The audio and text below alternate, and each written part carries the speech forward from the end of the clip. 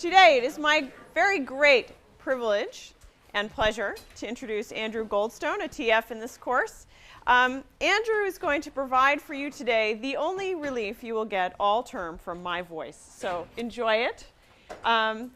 On the syllabus, it says that I would be presenting a lecture on censorship in this slot.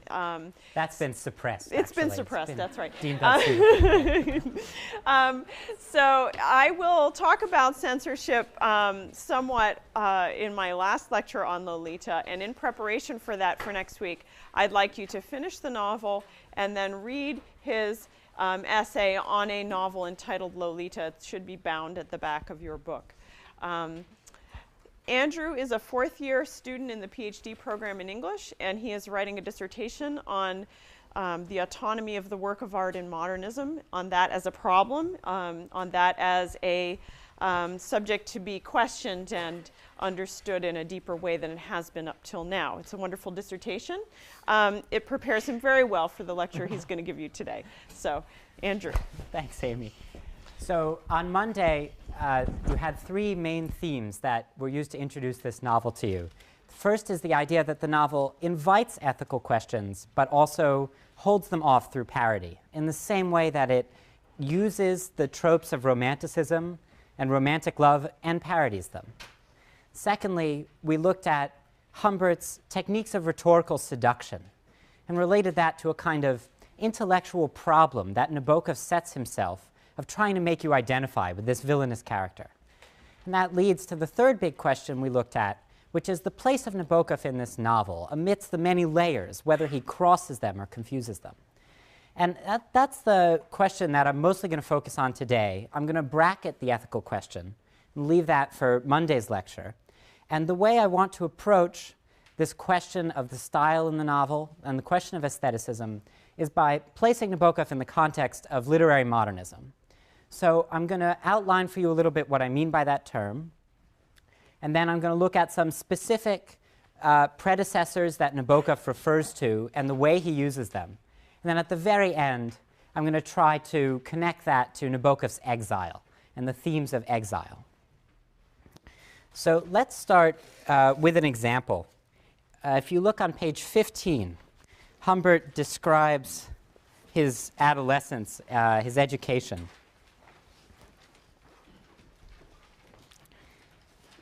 At first, I planned to take a degree in psychiatry, as many manqué talents do. But I was even more manqué than that. A peculiar exhaustion, I'm so oppressed, doctor, set in, and I switched to English literature, where so many frustrated poets end as pipe-smoking teachers in tweeds. Well, that's why I'm in graduate school. Paris suited me. I discussed Soviet movies with expatriates. I sat with urinists in the Deux Magots. I published tortuous essays in obscure journals. I composed pastiches.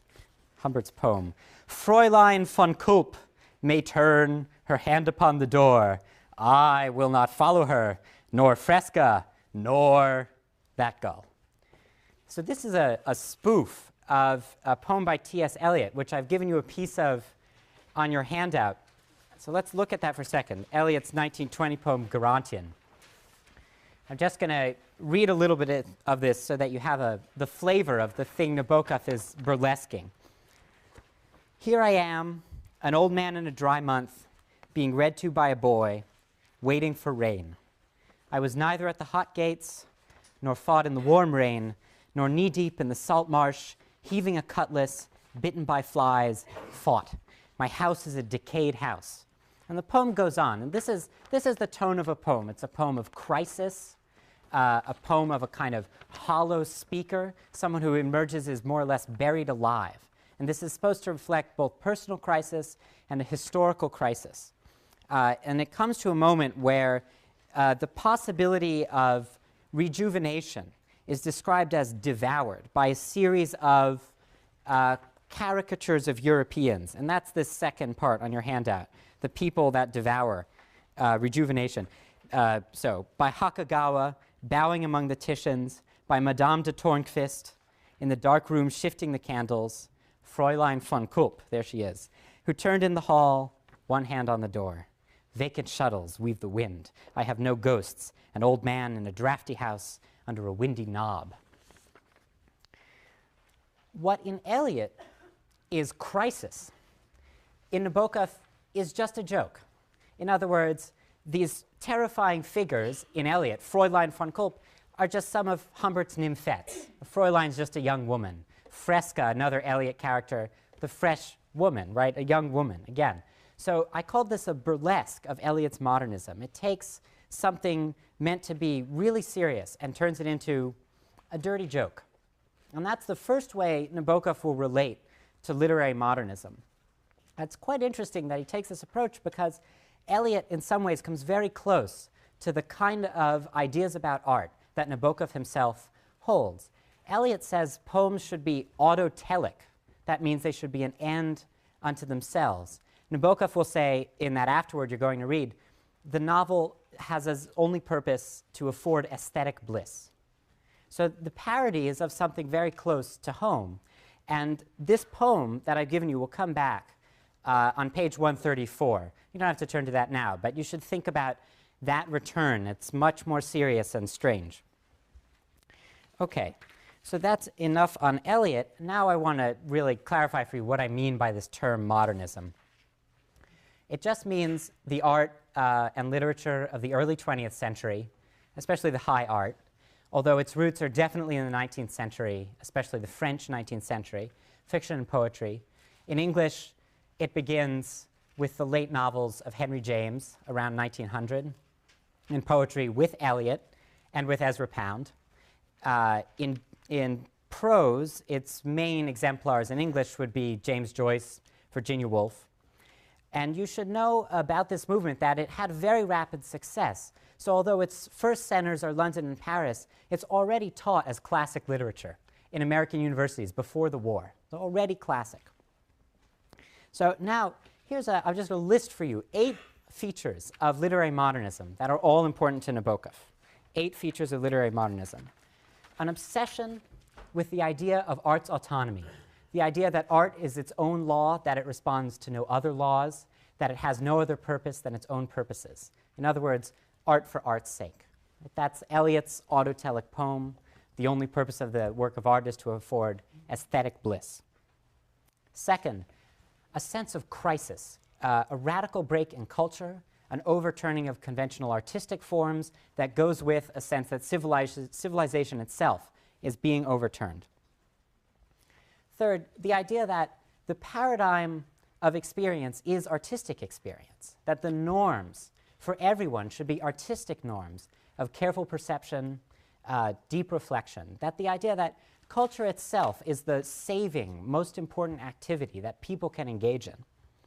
Fourth, and this goes along with that, a rejection of convention, especially sexual conventions, sexual morality. That's an obvious connection to this book, the very deep roots in modernism. However, at the same time, there's an idea that the artist is a kind of technician, someone whose values are craft, form, and style, rather than message, personal expression, or wisdom of any kind. Sixth, this is a term from the critic Joseph Frank, spatial form. Spatial form, the idea that in place of a linear narrative, you have a system of cross-references and repeated motifs that give the structure of works. In place that is only visible, in other words, on rereading, only visible on rereading. And then anticipates my last points. Modernism is self-consciously international. In other words, it will look to international tradition, and it has as its ambition to be a culture not just for one nation, but for many, maybe for all. Going along with this, 8th characteristic that's important, the artist is seen as a kind of spiritual exile, someone who is alienated from a home society and a home culture, whether or not he or she has actually left it, as Nabokov did. So this is what I mean by international high modernism. You should add to this list of writers, especially Faulkner and Hemingway. And you should remember that there's a parallel American tradition, the realist tradition that we saw Richard Wright referring to, that is Theodore Dreiser, Sinclair Lewis, and then going back to the 19th century, writers like Mark Twain. You know, I had a teacher who used to compare Lolita to Huck Finn. There are 2 novels about traveling across America in an unconventional couple, right? So anyway, okay. But now, that modernist tradition is something that Nabokov owes a lot to, but he always tries to distinguish himself from it. For Nabokov, the highest value is originality. He says this in his last Russian novel, The Gift, or he doesn't say it, his autobiographical hero says it. Any genuinely new trend in art is a knight's move, a change of shadows, a shift that displaces the mirror. Okay? Any genuinely new trend is a knight's move. So just remind you, in chess, the knight doesn't move in a straight line. It starts out in a straight line, and then it hops off on the diagonal. Unlike any other piece, it skips over pieces in the way. So the knight, far from going on the straight course, surprises you. You might think of walking in here expecting Professor Hungerford on censorship and getting me instead. But this is really a very important idea for Nabokov, both as a way of treating predecessors and as a way of writing. I want to show you that way of writing very early in the book, on page 10 now. Let's take a look at that.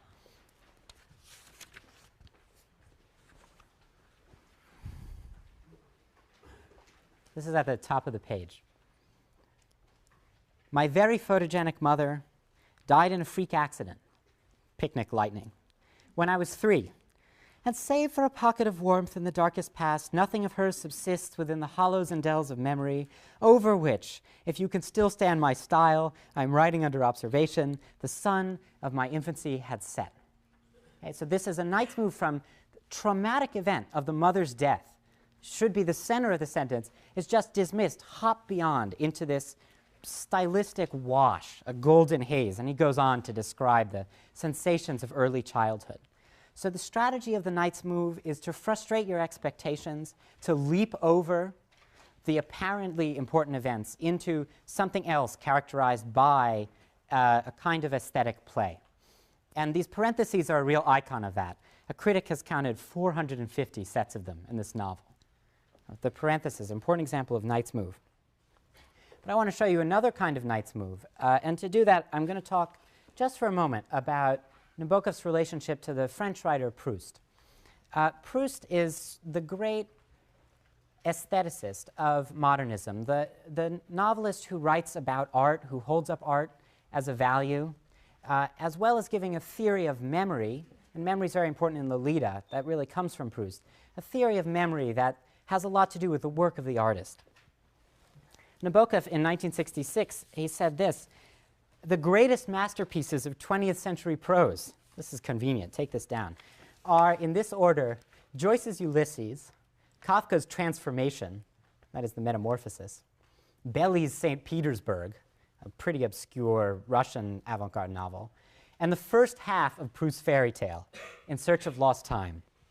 That mention of the fairy tale should remind you of that first meeting between Humbert and Lolita described that we looked at on Monday, described in fairy tale terms. But actually, the thing I want to think about is a crude pun there, a fairy tale.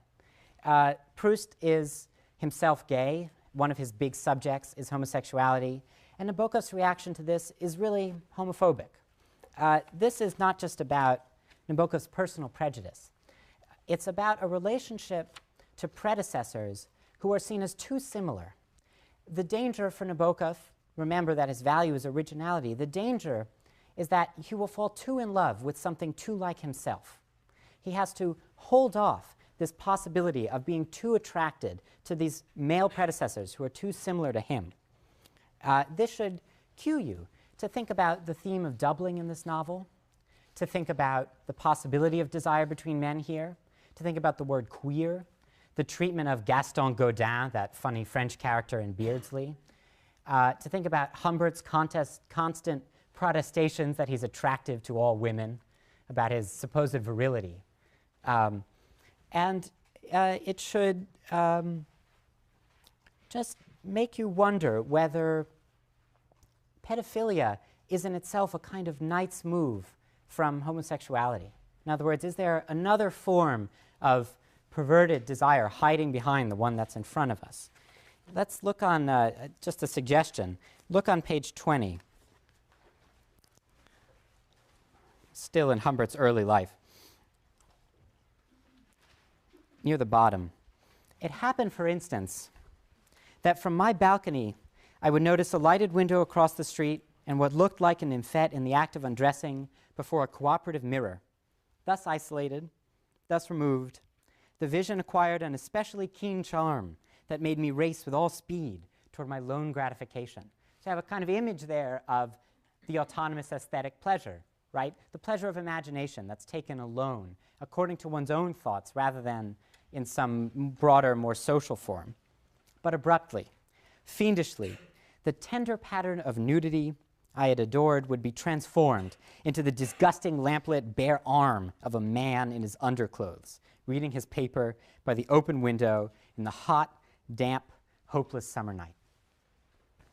So that the object of this wonderful aesthetic reverie, the nymphette, turns out to be an adult male. And I just want you to ask yourself why that could be.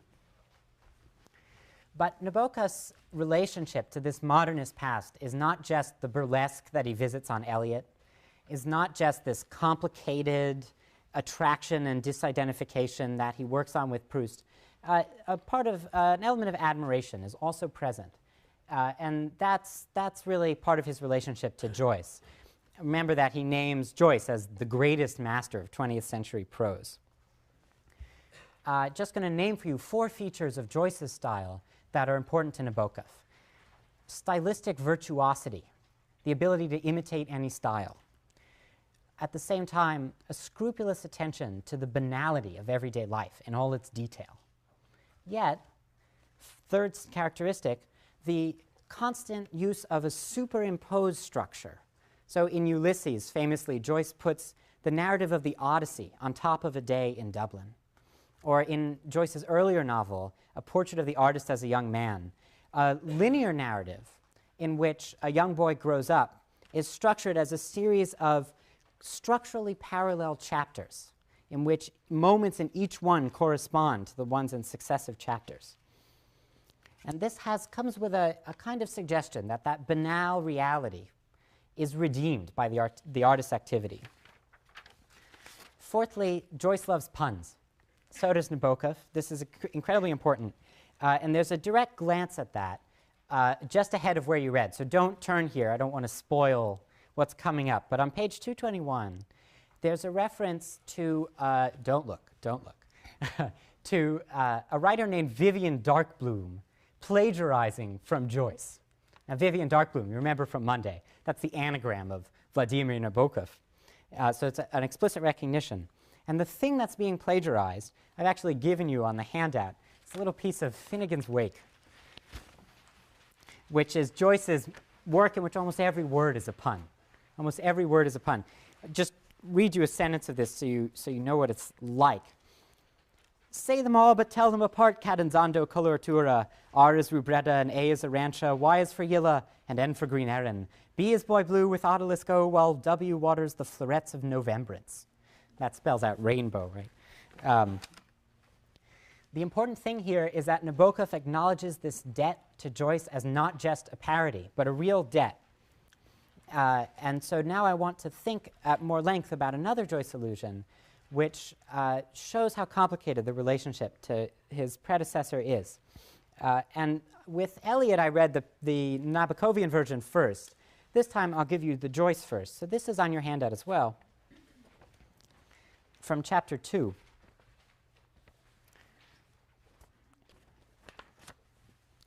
This describes the hero, Stephen Dedalus, as a young boy trying to write a poem. And eventually in the novel, he will succeed in writing a poem, but here he doesn't manage to. And so this is a kind of forecast of what will happen later on. The further complication is that here he's writing a poem and then he remembers an earlier attempt, that layering of memory. And that kind of layering is actually a prototype for the layering in Lolita. The next day, this is under chapter 2, the next day he sat at his table in the bare upper room for many hours. Before him lay a new pen, a new bottle of ink, and a new emerald exercise. Skip a little. On the first line of the page appeared the title of the verses he was trying to write, to E.C. He knew it was right to begin so, for he had seen similar titles in the collected poems of Lord Byron. When he had written this title and drawn an ornamental line underneath, he fell into a daydream and began to draw diagrams on the corner of the book. He saw himself sitting at his table in Bray the morning after the discussion at the Christmas dinner table, trying to write a poem about Parnell on the back of one of his father's second moiety notices. But his brain had then refused to grapple with the theme, and desisting, he had covered the page with the names and addresses of certain of his classmates: Roderick Kickham, John Lawton, Anthony McSweeney, Simon Moonan. The version of this that comes up in the novel is in the midst of Humbert's diary. And the diary itself, I should say, owes a lot to Joyce, and I've given you a piece of that diary to look at on your own on the handout. But this is the moment that directly alludes to portrait, and it's really very important for understanding Nabokov's technique. So page 51, near the bottom. Thursday. We are paying with hail and gale for the tropical beginning of the month. In a volume of the Young People's Encyclopedia, I found a map of the states that a child's pencil had started copying out on a sheet of lightweight paper, upon the other side of which, counter to the unfinished outline of Florida and the Gulf, there was a mimeographed list of names, referring evidently to her class at the Ramsdale School. You might think of that front and back of the page as another kind of knight's move. You think you're looking at one thing, you land on another. It is a poem I know already by heart. Angel Grace, Austin Floyd, Beale Jack, Beale Mary, Buck Daniel, and so on. I'll come back to this list, actually. Just skip to the bottom on page 52. Talbot Edgar, Talbot Edwin, Wayne Lull, a lull in the book, right? Williams Ralph, Windmuller Louise. A poem, forsooth, so strange and sweet was it to discover this Hayes Dolores, she, in its special bower of names, with its bodyguard of roses, a fairy princess between her two maids of honor. That's the fairy tale again. In a way, this is just like the Joyce. A list of names leads up to this aesthetic sensation, the revelation of a poem. The ordinary materials of life become the basis for a kind of artistic achievement. However, obviously, this is not like the Joyce, where there is a realistic depiction of a young boy trying to write, getting bored and failing. Here, something else is happening, because the list of names is not ordinary, right? There's that bower of roses. That refers to Mary Rose Hamilton, Hayes Dolores, Honeck, Rosaline, and then there's Emile Rosado and Carmine Rose, a red rose. Angel Grace, I mean, really? Stella Fantasia. And then even the ordinary names are kind of plants, because almost every name on this list comes back elsewhere in the book. You could look, for example, for Louise Windmuller or Vivian McChrystal. And then right in the middle, and then we have Shakespeare too, Miranda Antony, Miranda Viola. And right in the middle, you have a kind of explanation, planted. McCoo, Virginia. McChrystal, Vivian. McFate, Aubrey. McFate, which, as you know, is something Humbert gets kind of obsessed with, is the icon of the difference between the realistic world of Joyce and the already artificial, already aestheticized world of this novel. No one was ever really named McFate. McFate is a kind of parody of real randomness. You might think of it as having the same relation to real fate as Chicken McNuggets do to chicken. In other words, you might think of it as a kind of artificial, processed, bland, easily consumable version of fate. I really mean that. You know, one of the funny things about that debt to Finnegan's Wake is Finnegan's Wake, as a book of puns, is unreadable. Nobody reads it, except specialists like me. Lolita was a bestseller. Lolita was a bestseller. Nabokov made so much money from it, he was able to retire to Switzerland. And you should ask yourself, what about this novel makes that possible? Why is that? That you have this McNugget version of the modernist novel. And I don't really mean that to disparage the novel, but it makes it clear that there's some kind of difference between this and the works that Nabokov is looking back to. I want to think a little bit more about this idea of a McFate. There's a kind of short circuit between the Joycean idea of taking ordinary life and transforming it into an aesthetic order, because the ordinary is already aesthetic in the book. In other words, chance is already fated. The thing that stands for randomness in this book, the thing that looks like ordinary detail, has already been arranged to give you artistic pleasure. That's why Humbert can be instantly delighted in the list of names. This doesn't look forward to Humbert's poems. It already is a poem. And it is a poem to the crazed, aroused mind of Humbert. So the artificial has taken the place of the real here. And this novel really reminds you of that all the time. On 84, Humbert says, Humbert's thinking of killing Charlotte, and he says, "No man can bring about the perfect murder. Chance, however, can do it." Chance can do it. And of course, the perfect murder does happen. Charlotte Hayes dies, as if by a total accident. But we're aware that the accident is so perfect that it was arranged. So this is the kind of hand of Nabokov, taking a narrative of real events and twisting it into something that makes a kind of sense, taking fate and making it McFate. And I want to show you one more example of that in the scene where Humbert and Lolita have reached the hotel, the Enchanted Hunters. This is on page 118.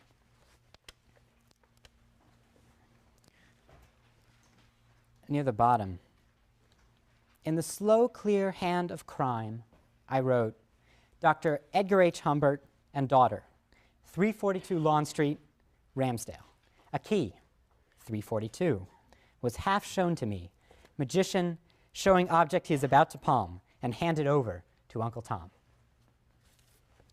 The coincidence, normally in real life, it would be a delightful coincidence to go to a hotel room that has the same number as your street address. Here, it's a kind of too easy icon of the correspondence between the place where Humbert meets Lolita and the place where he rapes her. And the book just tells you that, right? In one of those parentheses, the magician showing the object he is about to palm, the ordinary event, which is really trickery, a suggestion that nothing has been left to chance in the novel. Nothing is ordinary.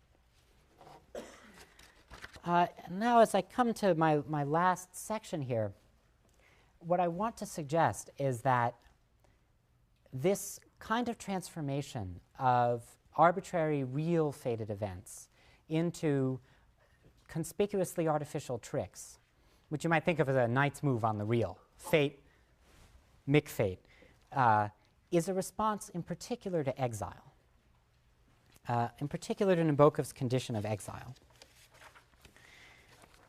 An exile living in a foreign country lives in a kind of denaturalized world, a world where instead of everything making instant sense, everything has to be decoded, right? Nothing is initially known to make sense. Everything has to be figured out and reinvented. In that afterword to this book, Nabokov says he had to invent America. He had to invent America. That's because he didn't know it already. It wasn't given to him. Now, in a way, this is a terrible state, a state of discontinuity with the world you exist in. But it has a payoff, kind of, a payoff which is the possibility precisely of inventing. And this is visible everywhere in this book. One example is the transformation of housework. This is on page 179.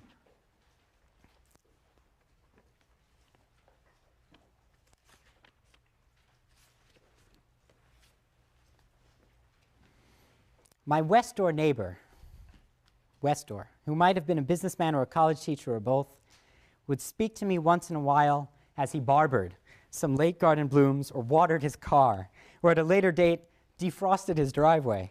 I don't mind if these verbs are all wrong. Of course, the point is that they're all wrong. The point is that this cliched suburban life of mowing the lawn, washing the car, and so on, has been transformed precisely because Humbert is a foreigner into something you can laugh at, something you can enjoy, something that you can apply the knight's move to. And this is even a couple pages before explicitly described as something particular to foreigners.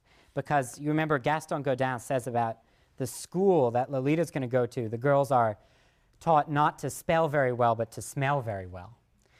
And Humbert comments that's with a foreigner's love for such things. The foreigner's love for this kind of move is a response to this denaturalized world of the exile. It's important in this connection to remember that the Knight's move, as a way of avoiding obstacles, in particular, keeps skipping over forms of violence.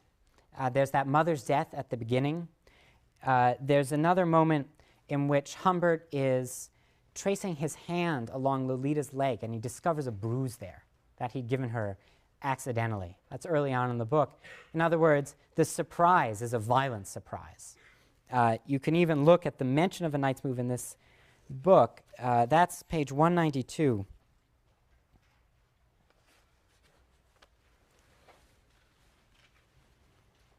One of the lattice squares in a small cobwebby casement window at the turn of the staircase was glazed with ruby, and that raw wound among the unstained rectangles and its asymmetrical position, a Knight's move from the top, always extremely disturbed me. The Knight's move, which is just a playful way of describing where the window is, right? The Knight's move is nonetheless a kind of wound or damage. So even as it's the prototype for originality, it's also something very disturbing and harmful. And that conjunction, I want to suggest, that conjunction has to do with the traumatic event of having had to emigrate, having had to take up another language. Nabokov will say that his private tragedy is that, his private tragedy, which cannot and indeed not be anybody's concern, is that I had to abandon my natural idiom, my untrammeled, rich, and infinitely docile Russian tongue, for a second-rate brand of English, devoid of any of those apparatuses, the baffling mirror, the black velvet backdrop, the implied associations and traditions, which the native illusionist, the fractales flying, can magically use to transcend the heritage in his own way. Here, being in exile prevents Nabokov from making that Knight's move. And you might think about that homophobic attitude to a Proustian past, the fear that it's too like what he wants to do. But the main point here to think about is that feeling of damage. On the other hand, the critic Michael Wood has pointed out that Nabokov didn't lose Russian. He didn't lose it on the way while he was writing the boat. He decided to stop writing in it. And Wood says this, Nabokov could appreciate language itself only after he had made himself lose a language and had found another in the ashes of his loss. A kind of economy, a balance between the loss of one language and a particular set of techniques that comes in its place. These techniques are really, I think, the source of the most appealing writing in this book. And so let's look now at one of those evocations of the American landscape, which I just think maybe are the closer the book comes just to pure beauty. On page 152. Oh, and by the way, this book was written on road trips. Nabokov's wife, Vera, drove him on thousands of miles of trips around the country while he was writing this novel and hunting butterflies. Think about that. But here's 152, Evocation of the Landscape. By a paradox of pictorial thought, the average lowland North American countryside had at first seemed to me something I accepted with a shock of amused recognition, because of those painted oilcloths which were imported from America in the old days to be hung above washstands in Central European nurseries, and which fascinated a drowsy child at bedtime with the rustic green views they depicted, opaque curly trees, a barn, cattle, a brook, the dull white of vague orchards in bloom, and perhaps a stone fence or hills of greenish gouache. So far, the American landscape is already a work of art, already part of a European memory. Then something else happens. But gradually, the models of those elementary rusticities became stranger and stranger to the eye, the nearer I came to know them. Beyond the tilled plain, in other words, the already worked over domesticated plain, beyond the toy roofs, there would be a slow suffusion of inutile loveliness. A low sun in a platinum haze with a warm, peeled peach tinge pervading the upper edge of a two-dimensional dove-gray cloud fusing with the distant amorous mist. Inutile loveliness is kind of the key word of Nabokov's technique. And he says the novel has as its only purpose to provide aesthetic bliss. So here's the inutile loveliness coming just from seeing the landscape as a stranger. Humbert goes on, there might be a line of space trees silhouetted against the horizon, and hot still noons above a wilderness of clover, and Claude Lorrain clouds inscribed remotely into misty azure, with only their cumulus part conspicuous against the neutral swoon of the background. Or again, it might be a stern El Greco horizon, pregnant with inky rain, and a passing glimpse of some mummy-necked farmer, and all around, alternating strips of quicksilverish water and harsh green corn, the whole arrangement opening like a fan, somewhere in Kansas. So European artist actually appears again there with Claude Lorrain, but kind of made strange, given that night's move, given a new twist. So instead of familiar, incorporated into this profoundly strange, vast landscape that gets Humbert's most appealing rhetoric, the rhetoric of an exile. But I don't want you to think that this just means everything's okay. Of course, everything is not okay. Even Humbert will tell us so. Just a few pages later, on page 175, he talks about his journey. We had been everywhere. We had really seen nothing. And I catch myself thinking today that our long journey had only defiled with a sinuous trail of slime the lovely, trustful, dreamy, enormous country that by then, in retrospect, was no more to us than a collection of dog-eared maps, ruined tour books, old tires, and her sobs in the night, every night, the moment I feigned sleep. I have to pair that with that other evocation of the landscape to see this alternate idea that actually this distanced crisscrossing of the landscape could be damaging. Think of those other violent night's moves, like skipping past the mother's death. Somehow this has skipped past that, the sobs in the night. There's another version, yet another version, that relates back to that funny figure of Gaston Godin. I spoke about Proust. Gaston Godin has a picture of Proust on his wall. In fact, he has pictures of all great figures of French modernism, André Gide, the dancer Nijinsky, all figures of this kind of aestheticism, this belief in the power of art, and all gay, as Godin himself is. And Humbert has a kind of hatred for that, which he voices on page 183.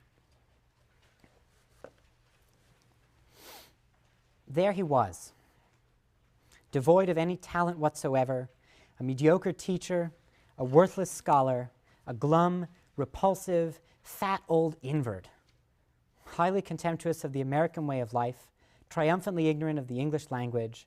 There he was in priggish New England, here are we, crooned over by the old and caressed by the young. Oh, having a grand time and fooling everybody. And here was I. And the contrast here is between someone who has remained tied to that European past, remained comfortably alienated, and by that very means been able to fit into society, with someone who is in a much more ambivalent position, someone who's trying to become an American writer, as Nabokov says he's doing, trying to invent America, trying to bridge the gap between Russian and English, but always finding that English is only a kind of second best. And he, in fact, it's more than that.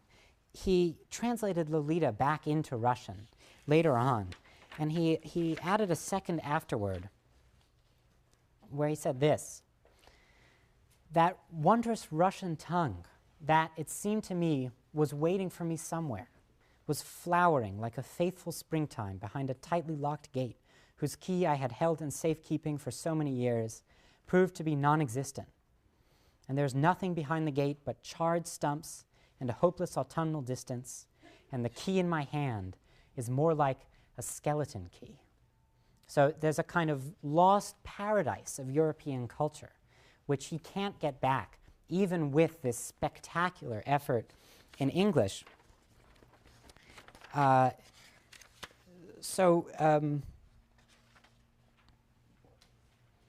suggests that it's not all to the good. He hasn't been saved by taking up these Knight's Move techniques, the defamiliarizing techniques. There's still a record of damage. And so I'm going to end a little early just throwing out an analogy for you. And it's an analogy that Nabokov himself tries to debunk completely in that afterword. So you should be skeptical of it, but then you should also ask yourself whether you can really do completely without it.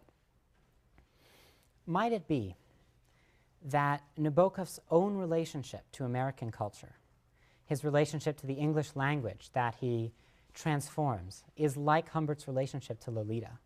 That is, might it be that it's a kind of kidnapping of an American innocent by a cosmopolitan European for his own ends, ends which are seen as a kind of perversion? That's that element of violence that keeps coming back, the trail of slime across this dream of transforming reality in this Joycean way into something saved, the dream of turning fate, the fate of a dead mother, or in Nabokov's own case, a father killed by assassination, a brother killed in the concentration camps, turning that into this beautifully worked out, playful system defined by puns and images and a spell of rhetoric. In other words, could it be that all of this modernist technique that Humbert succeeds in putting to his own ends, that Nabokov succeeds in putting to his own ends, is not an unambiguous good, but a record of a kind of damage? Now, on Monday, you're going to hear about this novel's confrontation with the idea that art could be saving, that it could somehow be redemptive. But here, I think, is a hint that it's something that the novel simply laughs at hollowly. And you might think of one last example. There's all these things I've been saying about the delight in words is the headmistress is put in the mouth of that horrible woman, the headmistress of the Beardsley School, Miss Pratt. On page 197,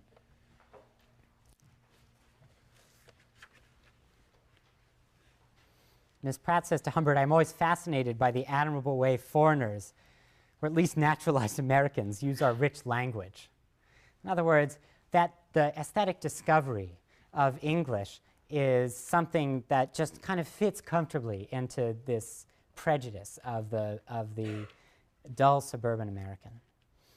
So I'll just end there with this thought, this doubt about Nabokov's own use of modernist technique in this novel, about the emphasis on the aesthetic here, whether it could be not just that triumph of the imagination that Humbert sees in the list of names, but a mark of a wound that can't be healed.